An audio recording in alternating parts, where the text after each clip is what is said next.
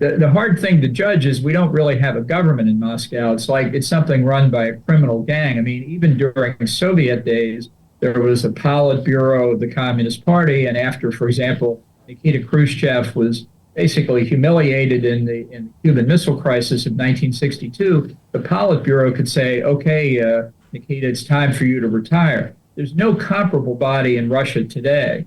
So the only way I can see a government changes is by a coup d'etat, by the security services, by the military intelligence. We won't know about that until the day it happens. John Bolton is Trump's former national security advisor. Welcome to our program, Ambassador Bolton. Glad to be with you. Thanks for having me. U.S. Has imposed sanctions against Russia's two biggest oil companies, Rosneft and Lukoil. Also, Trump's administration has cancelled summit with Vladimir Putin in Budapest. President Zelensky said that Russia could lose up to $37 billion this year and up to $50 billion next year due to recent U.S. sanctions. What are the main reasons behind Trump's U-turn on Putin, and did Putin finally overplay his hand?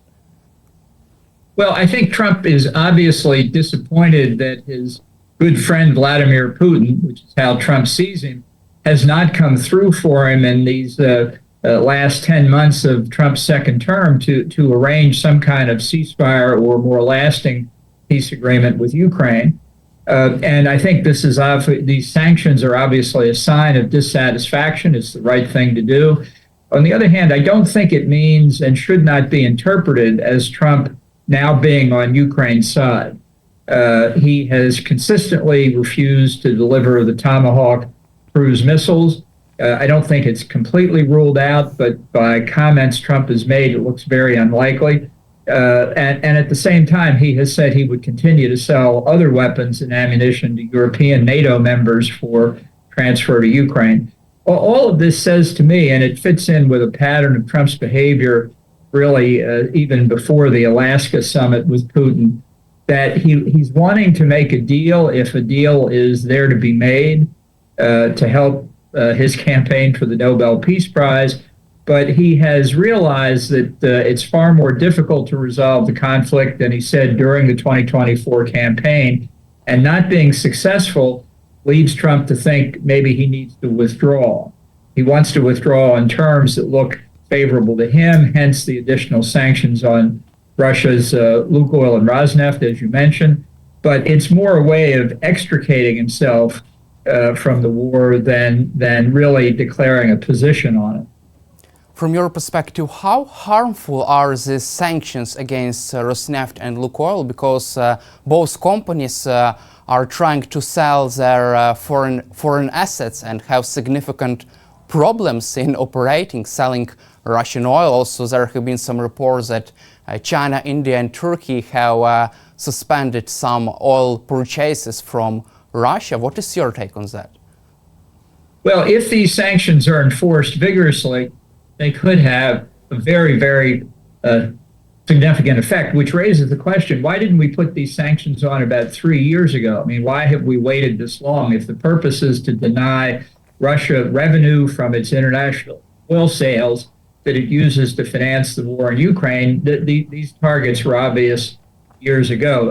Unfortunately, the best day a sanction has is the day it's announced if it's not enforced very vigorously. So I think what we have to watch is how tough will the enforcement be? How will we view Chinese purchases of oil? As you mentioned, there may have been some slight downturn, but in the underground way, a lot of international oil transactions take place. China could find other ways to buy the Russian oil that we may not know about. And we've just seen in the example of Trump meeting with Hungarian leader Orban in the White House a few days ago, where he effectively gave Hungary a waiver to allow it to continue to purchase Russian oil, which we know from the past, in some cases, Hungary has bought and then sold on to others in the European market. So I think it's too soon to tell whether the potential effect of the sanctions, which is great, will actually be felt, or whether Rosneft and Lukoil and their purchasers around the world find ways to evade the sanctions. these sanctions as the most harmful sanctions ever imposed on Russia? And do you feel that Trump used his most significant tool of leverage over Vladimir Putin? Yeah, look, there's no doubt that without the revenue derived from the sale of oil and oil-related products, Russia would not be able to continue the war in Ukraine at anything like its current level. And indeed, I think would be hard-pressed to hold on even to the positions that it has at the moment. So a lot rides on this. And I think what we're seeing with the visit of Orban and others, with the visit of el-Sharav, the new leader of Syria, that Russia has been working on to maintain its bases there. We're seeing a lot of indirect efforts by Moscow to try to find ways to lessen the impact of the sanctions. We probably don't know all of what Russia's up to because it's clandestine, but I do think there's a lot going on that we need to watch to see what the real impact turns out to be. From your perspective, if these sanctions are properly enforced by US government, could this bring Vladimir Putin to the negotiating table? Well, I hope so, but I'm afraid that at least within Russia, the narrative that you hear is that Russia really wants to win this war, and that the main criticism of Putin inside the country is that he's not been very effective on the battlefield, which is true. So it's an anti-war criticism only in the sense the critics are complaining they haven't won yet. And that may be where the real tension will come from economic constraints that may be imposed by these new sanctions versus the political reality in Russia that Putin depends on the war to stay in power in a certain sense, is what a number of astute Russian observers have concluded. So I think it's certainly better to have the sanctions in place than not in place, but just too soon to come up with a judgment as to what the impact will be. Do you expect President Trump to impose additional sanctions on Russia or even to provide Ukraine with Tomahawks missile if Vladimir Putin continues to delay ceasefire talks, to reject ceasefire offers from Trump? Well, that's certainly what Trump should do. There's no doubt about it. But I don't think he's prepared to do that. And we're in an interesting political situation here in the United States where Democrats were very successful in the elections just a couple of weeks ago. Republican members of Congress are facing election 1 year from today. The economy is a little bit wobbly. People are worried about whether interest rates are going to rise or fall at the next meeting of the Federal Reserve. And so there's heavy pressure on Trump to disengage somewhat from international affairs and concentrate more on the American economy. As with everything with Trump, we don't know whether that will happen. But I could see him, as I say, because I think his real desire is either to make a deal in the Russia-Ukraine conflict that allows him to win the Nobel Peace Prize, or just go do something else. And it's that latter course at the moment that I think is more appealing to him. Don't you think that President Trump has changed his attitude towards President Zelensky?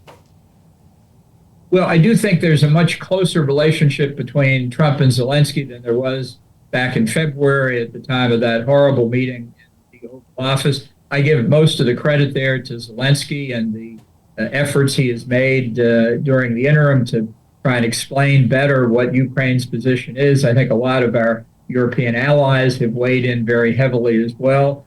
It's an awful lot of effort to get Trump to a position where he should have been from the beginning. But yes, I do think personal relations between Zelensky and Trump are much better. And in Trump's mind, since that is the equivalent of state-to-state relations, I think right now we're in a comfortable place in Trump's mind with Ukraine, not the place he should be, which is a clear supporter of Ukraine's effort to maintain its independence and territorial integrity, but certainly a lot better than where we were at the beginning of the administration. Do you think that Vladimir Putin is a closer friend for Donald Trump rather than Ukrainian president? Well, we know the relationship between Trump and Vladimir Putin, as with the relationship with Xi Jinping of China, with Kim Jong-un of North Korea. Trump likes these strong authoritarian figures for reasons that the psychologists can probably explain better than I can. I do think he's disappointed with Putin. I don't think there's any way you can avoid that conclusion, but I wouldn't say he's given up hope that eventually the way can be found that the parties would reach agreement. I think that's impossible given Putin's continuing demands for additional territory that he hasn't won on the battlefield, because of the fact it's Russia that's guilty of the unprovoked aggression here. There shouldn't be any reward for it. Do you also feel that Vladimir Putin has convinced President Trump not to provide Ukraine with Tomahawk missiles, because it seemed for us that before this meeting in the White House between President Zelensky and Trump, that President Trump was to, like, just several days before signing green-lighting Ukraine providing with Tomahawks missile? Right, I think he was close to that decision, but the fact that Putin or someone moved him away from it is continuing evidence that with Trump, it's never over until it's over, and then sometimes it's still not over even then. There's been reporting that Viktor Orban, as part of his conversation with Trump, made an argument that Putin himself has made on many occasions, namely that Ukraine will lose this war. It's a matter of time. Some believe Putin thinks that the Russians will prevail in the spring of next year. And I think the advice that Orban and others may have given to Trump is, you don't want to be on the losing side of this. It's taking time, but Russia eventually will win, so don't give the Tomahawks. I think that shows the importance of other European leaders telling Trump what is closer to the truth, which is that the Russian military performance continues to be a lot less than we ever thought during Cold War days, and that therefore more effective assistance and better strategy for those helping Ukraine could turn the tide of battle and show Russian troops retreating. That's the circumstance where I think most likely Putin would come to the negotiating table, and we're not there yet. Also, according to the recent Sky News reporting, Russian Foreign Minister Sergei Lavrov has probably, at least temporarily, lost his seat at the Kremlin's top table. He has been sidelined after his last recent phone call with U.S. Secretary of State Marco Rubio. What is your take on that? Did Lavrov overplay his hand? Even Vladimir Putin was angry on him. Well, I think Putin thought he was going to get another summit, and he thought that, as with the Alaska summit, if he could sit down with Trump, he could work his KGB training on him, and he would get another couple of months reprieve. That obviously didn't happen. Now, whether that's Lavrov's fault or whether the position that he was expressing, which reflected essentially no change in the maximalist Russian view of what they want, we don't know. I am a little hesitant to jump too quickly to the conclusion that Lavrov is in the process of being purged. He has worked for Putin, both as UN ambassador and then as foreign minister, for a long, long time. It's possible that their relationship is broken down, but I just don't see the evidence for it quite yet. And what is your take on current state of Putin's grip on power in Russia as he decides to continue this war against Ukraine and pursue his maximalist demands? Well, it looks to me like that Putin's power remains essentially pretty strong. As I mentioned before, the main opposition to Putin is not from people seeking peace or a settlement with Ukraine. It's from people who want the war waged more effectively. And this plays into Putin's hand because he has said repeatedly that the war in Ukraine is a surrogate war. It's NATO that's caused the trouble, specifically the United States, so that continuing the war is critical for Russia's sovereignty and territorial integrity. The hard thing to judge is we don't really have a government in Moscow. It's something run by a criminal gang. I mean, even during Soviet days, there was a Politburo of the Communist Party, and after, for example, Nikita Khrushchev was basically humiliated in the Cuban Missile Crisis of 1962, the Politburo could say, okay, Nikita, it's time for you to retire. There's no comparable body in Russia today. So the only way I can see a government changes is by a coup d'etat, by the security services, by the military intelligence. We won't know about that until the day it happens. So I think at the moment, Putin's hold on power looks relatively secure. You just mentioned about the possibility of coup in 2023. Russia, Vladimir Putin would face the most serious threat to his regime. I mean, the Prigozhin march in Moscow, because but it seems like Putin has already eliminated all possible threats to his regime. If he continues this war against Ukraine for a while, could there pop up any other threats to his power regime as US continues to impose sanctions on Russia? Russia struggles economically, and more than 1 million people were killed or wounded in this war against Ukraine from the Russian side. Well, I think that's right. It's very hard to understand from the outside why there's not more opposition to Putin from people who believe that this entire almost 4-year-long war now has been a disaster for Russia, which in most respects it has been.